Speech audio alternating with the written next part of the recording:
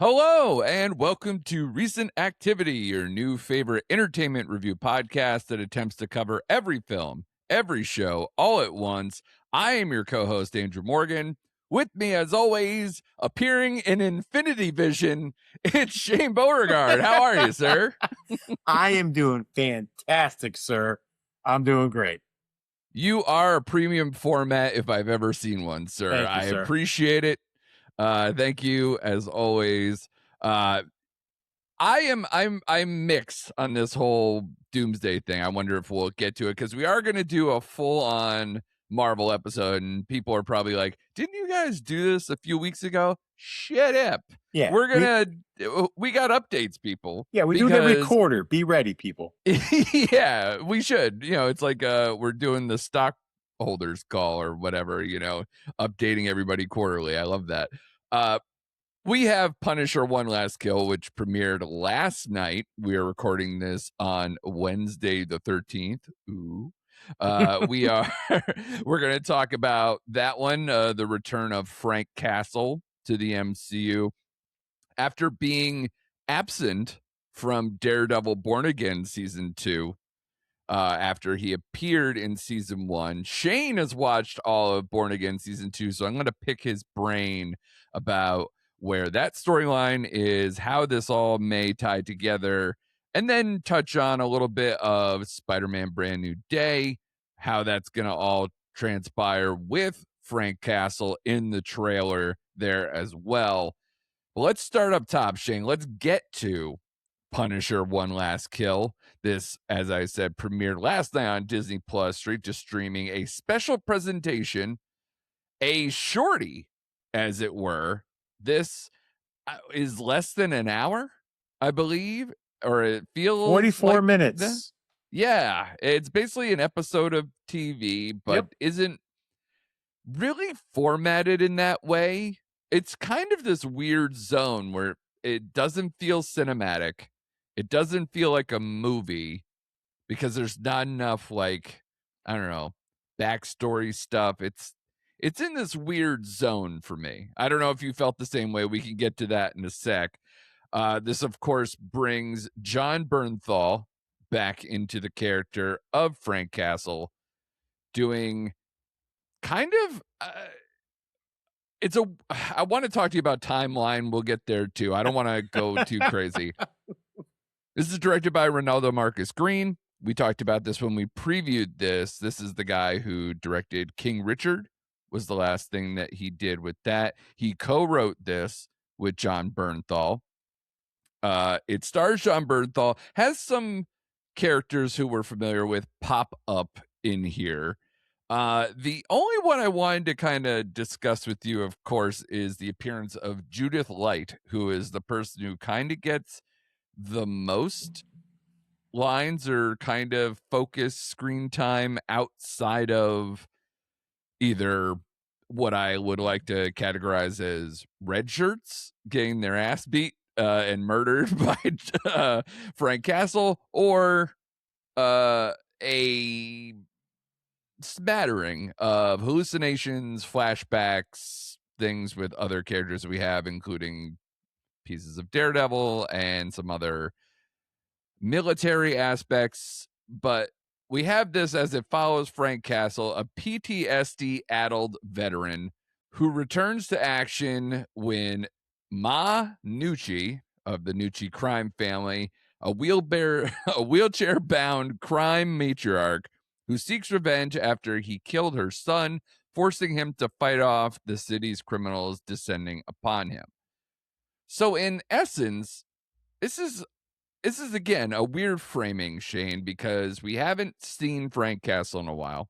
We only really got one episode out of him in Daredevil Born Again season 1. Yeah, about 1.5. Around 1.5. Yeah, right? Something like that. Yep. And this is tied to, if I'm not mistaken, the Nucci family killing ties back to Punisher season 1, where he kills this crime family, correct? I believe so, yes. So that's a long time in between to kind of pick up where this is. The other part of this is okay. if everything is I don't know if I want to get into the nitty gritty details. I do want to know just general feelings from you, what you think, and then I could kind of go into where is this, what is this, and where we're gonna go from here. So why don't you just start with, as a person who loves the Daredevil character, we love the Netflix stuff. If you're just tuning in, we're huge fans of the Daredevil Netflix show. At least a fan of season one of Punisher, Correct. as far as the Netflix stuff was concerned, and now have been watching Born Again. You're a little bit more in on it than I was, enough to where I bailed on season two. So now we're here, Shane. What did you think of Punisher One Last Kill? Oh, that's a good question, Andrew, because I'm all over the place with my feelings on this one. I really am because I am too. I thought it was going to tie into Spider-Man Brand New Day. I thought it was going to be a bridge between that and like Daredevil Born Again season 2. And I felt like, where is this timeline at? I don't know where this timeline is at. Like, where are we in this world? Like, Yeah, okay. So once I kind of figured it wasn't, I'm guessing right after Daredevil season 2, where he like escapes the anti-crime division. right. I don't know where we're at, but here's what I'll say. There's some really good aspects of this special. There's really some aspects I'm like, okay, we're going here again. If you want Frank Castle killing someone for 20 minutes straight, Yeah, raid style, like this yeah, reminded me of the raid, then this is the show for you. Where I get lost, it's like there's a line where his old buddy Kurt says, "What do you do now, Marine? What's your purpose now, Marine?" I don't know what his purpose is now. I'm right. lost. Yeah, yeah, Are we going through the old I just feel like we're doing a Punisher origin story once again with him losing his family and the PTSD and what he has to overcome. Like, didn't we spend yeah. 2 seasons overcoming that? Like, can we Right. just move on from that? So it was like a mismatch of like two worlds. Like, I like the action Punisher. I like how violent this was for Disney Plus. Like, they really went out there and like, we're doing this, and they did it. Like, it was awesome. Like, I like that side of the Punisher. But story wise, I felt like it lacked in the sense of like, where does this fit in the timeline? Aren't we done with his again, his origin story and his family? Right. Like, can we just move on from that? It's like they didn't know what to do with his character in this one-off episode. So it's like they combined it to both where he's like moved on at the end, but where does that bring us at the end of this episode? You know what I mean? Like, does Yeah. this flow right into Brand New Day? Is that where this is gonna go? Like, I don't know. Like, I just don't know. I liked the episode. I did. I was entertained, but story wise, I was thrown way off. I have a lot of the same sentiments as you. If you're like trying to judge whether this should or does like or where it exists or any of those things, that will cloud your opinions of whatever this is because it's very confusing. Because if this is retribution for things that happened all the way back in season one of the Netflix Punisher series, then that's far too long for me to care. Yep. And especially like the way the Judith Light scene is and how she operates and everything else, I don't find her to be compelling enough as a villain or any kind of antagonist to have anything. And for who he's actually going after and fighting, it has very little to do with her or the crime family. It's just she, puts a bounty on him and it turns into, what, end of John Wick 4 Yeah. in like a mild sense, because again, I find these still are so just broadly lit, not very imaginative or cinematic in style. Like it doesn't do a lot for me. And the story I felt was at best spinning its wheels with the story we already know of Frank Castle. You mentioned that. And then at worst, over dramatized stuff that I did not connect with, because I prefer him to be coming off of something to create action instead of inventing a guy sitting in a room just losing his mind. That to me is, again, not very cinematic, not as compelling as stuff we've already seen. This John Bernthal, this version of Punisher is established. So either you pick up from something that we're familiar with and set him in motion, or else we're just doing the same old stuff, but less in a less compelling way. I felt like if this one-off was filmed between seasons 1 and 2 of The Punisher, it would make perfect sense. Sure. You know, Absolutely. story-wise, like It's story-wise. past the point. Yeah, Yeah. like in between the 2, grieving the family, getting Jigsaw, like he still has the Nucci family, then he goes into season 2 with the girl that he's trying to rescue. Like that Sure. flows, that makes perfect sense. Totally. Absolutely. I just felt like this storyline just got us into him doing what he does best, and we want the action of John Bernthal and the Punisher, and him clearing floors and him wiping people out. Which, trust me, I enjoyed those 20 minutes of him going from floor to floor, like just killing people. Sure. And don't tease me with a good time to start blasting Hatebreed in the Right? Yeah. period that I Yes. like Hatebreed the most. Thank So you. please, and to also tease me with him doing pull-ups to Danzig. Yes. You amp me up and then completely take me out immediately following both moments So almost. I am glad you mentioned the hate breed thing because that pumped me up. I'm Yeah. like, oh, here we go. Like, Sure. so if you're in this for the action sequences, you're gonna be satisfied. If you want to see John Bernthal kick ass for 20 minutes, 25 minutes, awesome. The storyline is where it's gonna lose you. In the end, I overall liked the one-off episode. I just felt like the timing was off of where they wanted to place it within the mythos of the whole Marvel stuff. But Right. if you want to like get the Punisher back to his roots of season 1 and 2, this should satisfy you to no end. Because it did feel like the raid. It felt like I felt like I was watching Judge Dredd in some cases and the raid, as far as Sure. him clearing floors and jumping down and going through. Like, you know. Right. So I like that Yeah. aspect. That And poor don't be his neighbor. I think yes, you could at least take that away from this episode. correct. And where it ends is where we don't know where it's going to pick up to next. Does it pick up in Spider-Man Brand New Day for where his new digs are? Who knows? Here's everything that's confusing about the timeline in a nutshell. One, I read an article where they said that this is supposed to do two things. One, show what he was doing during the time of Born Again season 2. So it's supposed to be that time. That I don't again, buy it. I'm reading articles about it. It's not like confirmed things that I'm aware of. But it's supposed to explain that and then also set up what the current status of Frank Castle is as we lean towards Brand New Day. Here's my problem with those things. One, as already mentioned, this is tying together a loose end from season 1 of Punisher Netflix. That's entirely too much time in between. Most people probably forgot it because that wasn't even the focus or the last images of season 1. That I think is in the opening episodes of season 1 before he gets everything.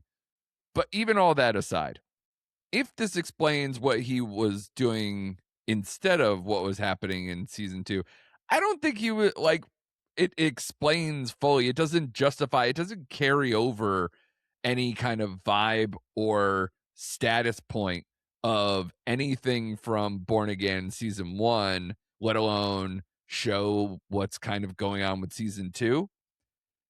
And it more carries over from the moments of the Netflix first season, which is pointless Yep. in all of this. So, and as far as New Day is concerned, let's get to the point where like New Day is already kind of, I don't want to say confusing enough, but it still is operating in a new timeline like Doctor Strange spell stuff here where we're moving on from a post Spider-Man knowing MJ and Ned version. Now I have to add Frank Castle to this equation where he knows Frank by first name and has coexisted with Frank Castle in this timeline too. And does that mean that this Frank Castle that we just saw is the same Frank Castle from Kingpin's New York, and he knows Spider-Man, and he's in this Doctor Strange version of events timeline too? That's a lot for me to swallow. And also, none of what's going on in this talks or implies anything regarding anything we just said, whether what came immediately before or what's to come after. Do you find that to be true? I do find that to be true. Like, I can see where I can't see where this is after Daredevil Born Again season 1. I really cannot see, based on his actions in that season Or even during season 2? or during season 2, where he's just breaks out of his cell and just goes and does this. It just doesn't add up. Now, I can't speak how PTSD affects different people. Like, I don't know. Like, I try to like suspend my belief, like maybe this is really lingering Yeah, with him longer than other people and he's really struggling with this. Who am I to judge that aspect of his personal life, right? I still don't see it happening during the Daredevil timeline. But at the end of this series, where he has this, we finally see the skull suit, we see everything, which, by the way, we didn't see for like 42 minutes of this special until the very end. yeah, It's like maybe at that point he's has embraced who he was, and that leads him into brand new day where he like is seemed to be driving the van. He's fully in his gear. He knows who he is. Because at the end of this special, he like takes down that goon. He like kills him, like whatever. Like it seems like he's almost embraced his persona finally of being the Punisher instead of like half in, half out. Like, I don't want to be this representative. I don't want the skull to represent me. But now he's like, okay, this is who I am. I'm rocking it. So maybe that's who he is persona wise stepping into Brand New Day. sure. But But that's where I go, okay. yeah, but other than Are we that, going to see that version? yeah, but other than that, I don't see how they're going to tie him knowing Spider-Man, him knowing this, him doing. I don't know. Am I going to trust the Spider-Man writers to make that make sense because I trusted them in 3 other movies? Yes. I will give them the leeway to make it make sense for me as I'm watching Spider-Man. Sure. Yeah, well, so here, help me out a little bit because you are the person who made it through Daredevil Born Again season 2. First of all, I'm just curious because I've communicated my issues with you on this podcast and in private to being like why I jumped ship and why I wasn't enjoying the experience of it. I've heard from you and other people to be like, hey, just skip ahead to like episode 4 or 5 when it starts to actually kind of engage with its audience a little bit better or it starts to get more interesting. What did you eventually like feel about the totality of it? Where the season is? It's already been confirmed for season 3, I believe. And going into it, we were like, hey, Jessica Jones is coming. There's other characters that are gonna line up here, defenders, people of the sort, and it's gonna get better. So just come back and do this. And I did not. So you can kind of tell me how that all wrapped up for you, what your feeling on it was, and kind of is there anything even teased or talked about, even though he doesn't appear? Is the Punisher tied into it at all? Okay, bear with me on this one, Andrew. I'm with you. At the point where you're at right now, I don't think there's anything I can say to get you back into Daredevil season 2. Okay. I really don't. So I just feel like, and we talked about this on here, off here. Like, I think the way we think about the Netflix series and how this isn't the Netflix series, maybe we're unfairly comparing it to the Netflix series. We're like, you know what? I'm out. I'm out. I'm out. It's too Right. much Disney. It's too much this. It's too much. I will say this, though. It took a while, but starting episode 4, which is halfway through the season, by the way. So if you Right. weren't into Yeah. it by then, I liked it. It was slow going. Season 4 is when they really focused on the Bullseye character and they gave him the first half of the episode. And once it pared down to the main characters, I mean, Bullseye, Kingpin, Karen, that core group, it took off. Like they Okay. showed flashbacks of the old Netflix series. They infused it into this season, which they didn't do in Mm. season 1. They were showing clips of Yeah, not that I could Karen, recall. Yeah. Matt, like Kingpin, Vanessa. There's a whole background episode of her. Like it worked. So 4, 5, 6, and then 8 were excellent episodes, right? But I say that and to say this, there are sort of flaws in those great episodes. There's writing, you're like, that doesn't make sense, or why are we doing this? As a whole, though, those episodes worked because they got rid of like the Kingsmen storyline or the Swordsman storyline. They got rid of some of Mhm. the ancillary characters after episode 3. They kind of like put those aside and concentrated on the main core people. And then it like culminated in episode 8, which was the season finale, which I think is the highest rated Marvel show ever on Disney Plus. And it was good. Though I'm watching it and it's like, yeah, it was good, but I still have questions on a lot of things that happened in this episode. Okay. Okay, like Jessica Jones coming back. She had a scene in episode 6 where I'm like, okay, cool. And then she showed up in the last episode.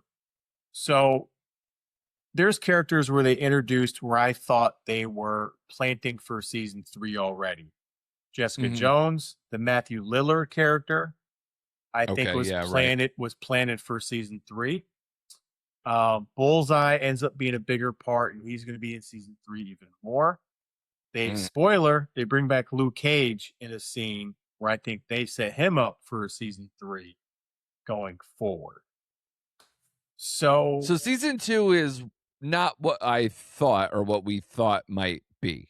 Where it's not like they all come together, there's some big defenders moment. It's, no, "Hey, they're around, this might happen next season, let's see you later." correct. There's a Jessica Jones and That's Daredevil annoying as moment. shit. There's a Jessica Jones and Daredevil scene where they fight Right. together. There's a couple scenes where they Okay. fight together.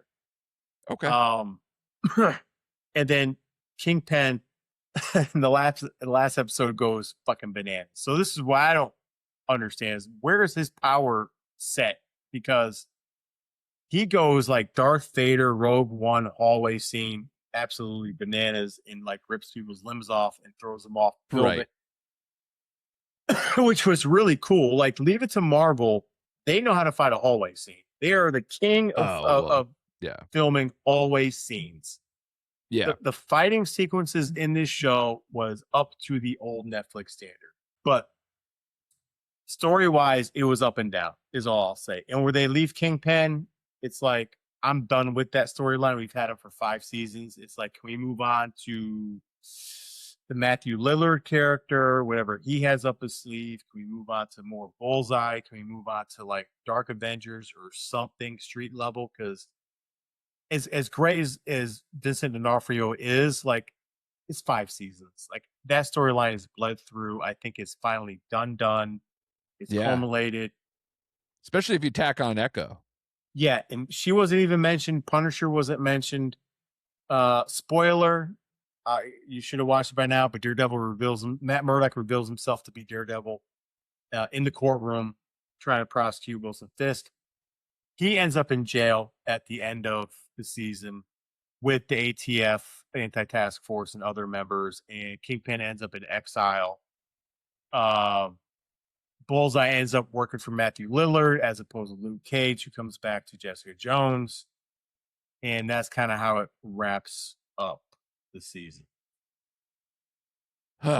So, I guess what I will say is, do you think the show is improving, especially now it's adding more of these things? And are you still hanging on for season 3? I'm hanging out for season 3 because I think season 2, albeit a slower start, I felt like they were getting their footing into what they wanted to be as Okay. opposed to season 1. So I do think that creative team is kind of like cultivating, like, this is what we want. This is where we're going. This is our tone. It did have its Disney moments, but it was more tonally like the Netflix show, just not as good. You know what I mean? So Yeah, sure. I feel like they're going in the right direction. It's just taking them some time to get there. That's all I'm saying. Okay. Now, the interesting thing about Brand New Day is this is the next thing from Marvel. We talked about how it's kind of weird that Frank Castle is here, especially because of kind of where the timeline of things are and everything else.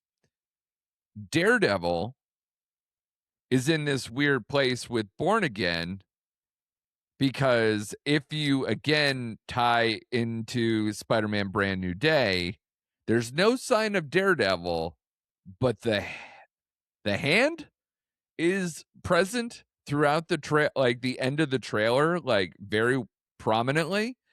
And that would assume if we're tying in this whole like you have all the things dancing around Daredevil, but Daredevil's not in the trailer.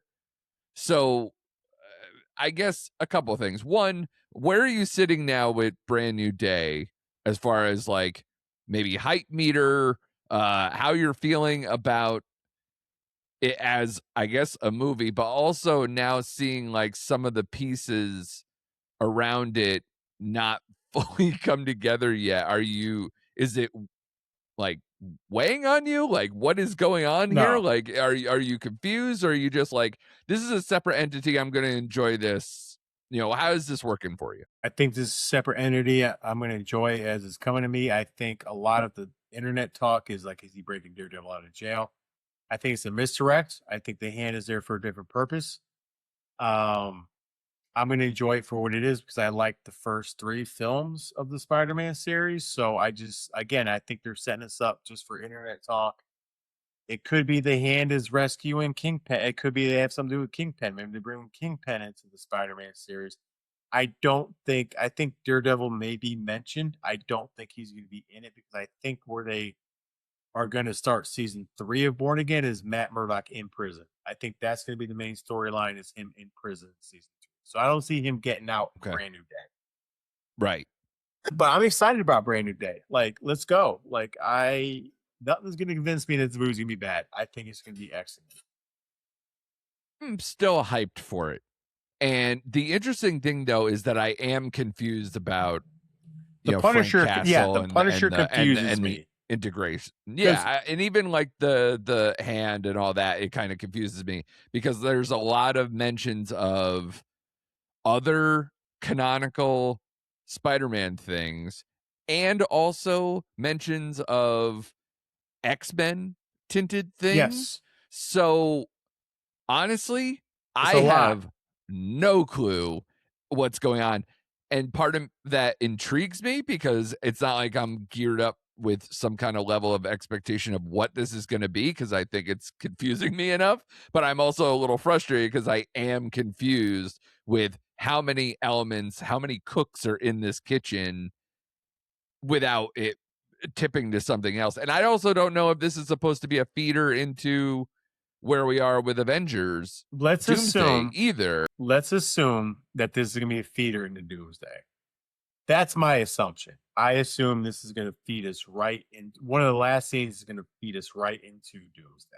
I do agree. We got the hand, we got Jean Grey, we got like a rogue Kim. We see her on the bus. See, I heard that it's not Jean Grey now. It's Jean Grey. I mean, come on, it's Jean Grey. There's a lot of I things. mean, there's other X-Men things in here too where it should tip to that. And also, Right. why do you get Sadie Sink if it's not? But There's a yeah, lot going on, and I agree with you. And I still don't agree with how the Punisher fits into this PG universe, especially coming off what we just saw. yeah, Like he's stabbing someone 30 times in the neck, blood splatter everywhere. Like, but he's gonna that fit into scene a was so Spider-Man weird. movie, right? Like, Yeah, yeah. okay. Um, that being said, I'm for it. I want to see where the hand and Frank Castle and Scorpion and the X-Men and how it ties into Doomsday all fit in. Let's go. Like I am And I think fucking ready.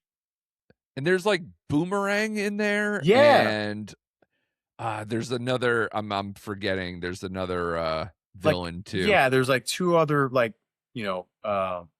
Ones that they take from the comic book yeah, covers. jobber villains. I'll call them like jobber wrestlers. Yeah, Like they're the sure. job. Yeah, they're the Yes, jobber villains. correct. Yeah. So that's what I'm saying. Like, please don't Spider-Man 3 this nonsense. I Don't add more villains than there is and confuse But everything. I don't want that. with those smaller villains, it could be like a montage of him cleaning up the city. You know what I mean? Like him just like a two Would minute be totally down for that. Yep. I Yeah. think maybe that's what they would do with those the boomerang, the marathon man, or whatever the fuck they're doing with these characters. Yeah. And then concentrate on Scorpion, the street level, and then whatever we have coming. So Do you have a sense of why that tank is there and why Frank nope. Castle is in there? Because I'm guessing I Scorpion. don't. I'm guessing Michael Keaton's crew from the original Homecoming series. Maybe Yeah. I don't think it's Manucci. I think it's more or less. Well, yeah, I don't think so either. I think it is like If it is, I might lose my mind. Yeah, I think it really is Yeah. like whatever Michael Keaton's crew is called in Homecoming, between Scorpion, Vulture, that ground set of characters. I think maybe that's what Frank Castle's going after. Is the only thing I can guess. Okay. Yeah, I'm flummoxed, but like I said, I'm excited. So I don't think that Punisher One Last Kill did anything to amp me up or No. move me to anything. I don't entirely know why this was created. Correct. It was a weird time. It is, especially because I think people, if you're savvy MCU people who have been into this feeder system over and over where like something leads into something else, it's a weird time to watch this when we're gearing up for Spider-Man and Born Again just ended, and this feels like a separate arm but also not entertaining enough or new enough or nuanced enough to give me extra, like an extra backstory, extra elements of Frank Castle. So I didn't really feel the need for this, nor was entertained enough to kind of go, well, hey, this is just us, ripping shit up. And it's like, okay, it does have that, but I think it's also been done better in other parts of Frank Castle. So to me, I didn't think it elevated anything, at least bottom lining it that way. It didn't elevate. It wasn't necessary. But did I enjoy it? Yeah, I did enjoy it. And I took it for what it was. Like, it's a piece out floating in the middle of whatever timeline you want to put it in. It's a separate comic issue. I don't know what you want to call it. But did I enjoy that John Byrthnow version of Punisher? Yes, but it did not break, like you said, it didn't break anything new. It wasn't like swimming in new oceans or water. It just was treading up the same old story wise. So it's two things. If you want story, you're gonna be disappointed. But if you want the action of what the Punisher is, you're gonna enjoy it for what it is. And just keep it in its own little separate pocket of this is an episode. That's all I can say. It wasn't great. It wasn't bad. I was entertained. I enjoyed it. But I was disappointed as well because I was in that same thing. Like, where's it connecting? It didn't connect. It was just like by itself over here. Like, okay. I think one thing we can all agree on is if you have a trained assassin in your neighborhood, don't kill a dog. Like, that's just not a good idea. Right. People are going to die. Right. In mass quantities. Yes. So please be careful when and don't do that at all for any reason. But surely if you know there's a guy like Frank Castle in your neighborhood or John Wick or anybody else. Lessons learned. That's all you can hope for. Looking forward to Spider-Man Brand New Day. A couple of news and notes before we get out of here. One, just wanted to say I enjoyed my time on our friends at The Pint, a pop culture podcast. I did an episode with John and friends over there, Lloyd and Officer Mike. Fun time talking about Stephen King's Maximum Overdrive. So if you either like or don't like that movie, I think you will get a lot out of that episode regardless, because it is a coked up weirdo movie. So that is a cult classic to some, or a complete just head shaking movie. No matter how you slice it, we have a lot of fun on that. So go check out that episode on the Pines feed. Also, want to make mention that after this, Shane and I are gonna create some content of our own, kind of a tandem solo mission, as it were, talking about Mortal Kombat 2, which just entered out into theaters. A lot to say about that, and was relatively successful. Yeah, We'll it call it that, was. as Yeah. far as box office is concerned. And of course, as always, be sure to like, subscribe, tell a friend, follow us at Recent Act Pod on all the socials. And as always, thank you to Shane, and we'll be back for more recent activity.